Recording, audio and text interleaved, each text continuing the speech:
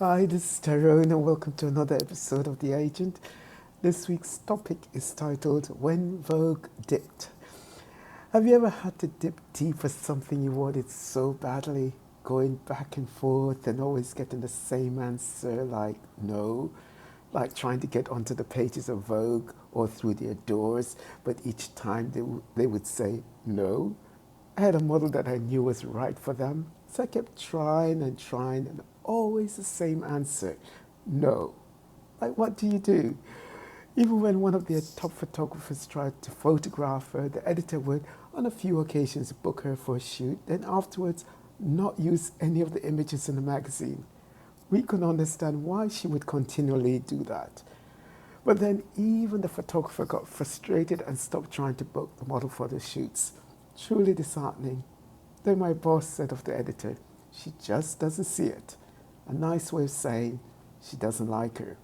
I knew she was different, beautiful, but not like the typical models that was a staple on their pages. This was a different kind of beauty, one who commanded attention when she walked into a room.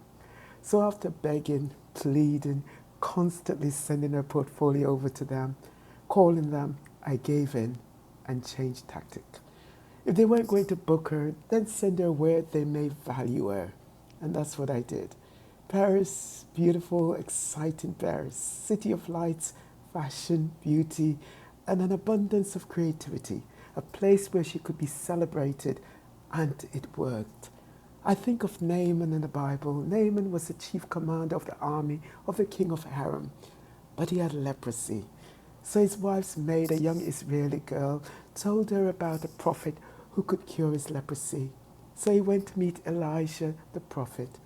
But instead of coming out to meet him, Elijah sent a messenger to tell Naaman, go wash yourself 7 times in the river Jordan, and you will be cleansed. Now, the river Jordan were not like the beautiful beaches of South Beach, the Caribbean, or the Mediterranean seas. Let's just say it was not what Naaman would have liked to dip into. So he was angry, insulted that the prophet did not come out to meet him, and now telling him to go and dip in the river Jordan 7 times. So he decided to leave, but his servants persuaded him to stay and did what the prophet said to do.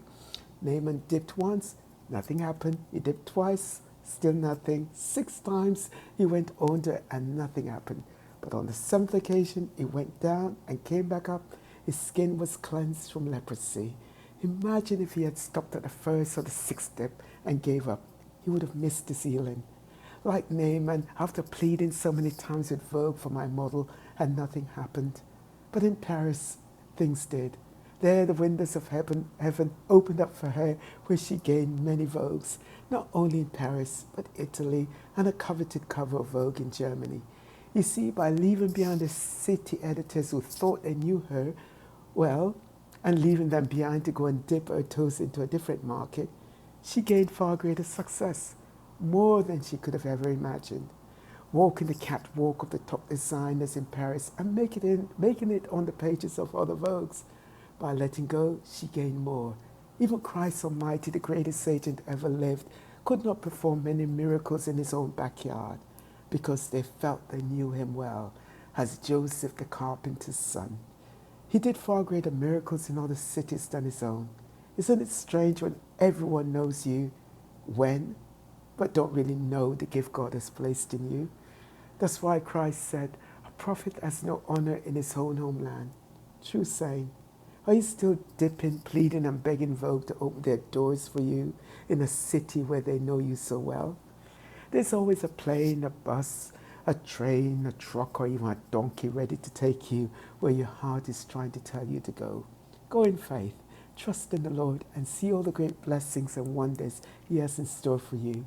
Until next time, Shabbat Shalom, God bless you, and have a great weekend. Take care.